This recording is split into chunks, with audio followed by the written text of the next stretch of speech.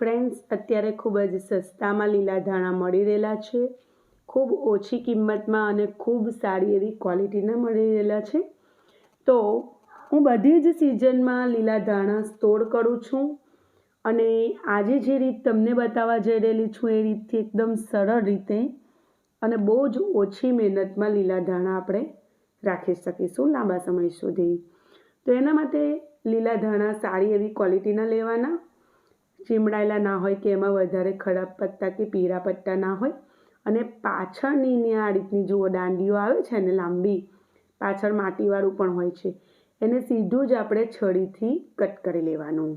અને છરીથી કટ કર્યા પછી આપણે લીલા ધાણાની બરાબર જોઈ લેવાના અંદરથી, એમાં કોઈક ખરાબ પત્તું હોય તો કાઢી લેવાનું પહેલેથી જ, અને પછી હવે આપણે એને ન્યૂઝપેપરમાં લપેટી લેવાના. તો ફ્રેન્ડ્સ, એને ન્યૂઝપેપરમાં તમે મૂકશો ને તો જુઓ, આ અંદરથી મેં ચેક કરીને તમને બતાવું છું, બિલકુલ ફ્રેશ છે ધાણા અને અંદર કોઈ ખરાબ પત્તું નથી. અને હવે હું ન્યૂઝપેપર ડબલ જે આવે છે ને એ લેવાનું અને એમાં આ બધા જ લીલા ધાણા આ રીતે મૂકી દઈશ અને એને સરસ બેગ જેવું આપણે પેક કરી દેવાનું. પછી પોલિથીનની કોથળીમાં આપણે એને મૂકી દેવાનું. તો આ રીતે ન્યૂઝપેપરમાં અથવા તમારી પાસે ટિશ્યુ પેપર્સ હોય મોટા તો તમે એમાં પણ એને સ્ટોર કરી શકો છો.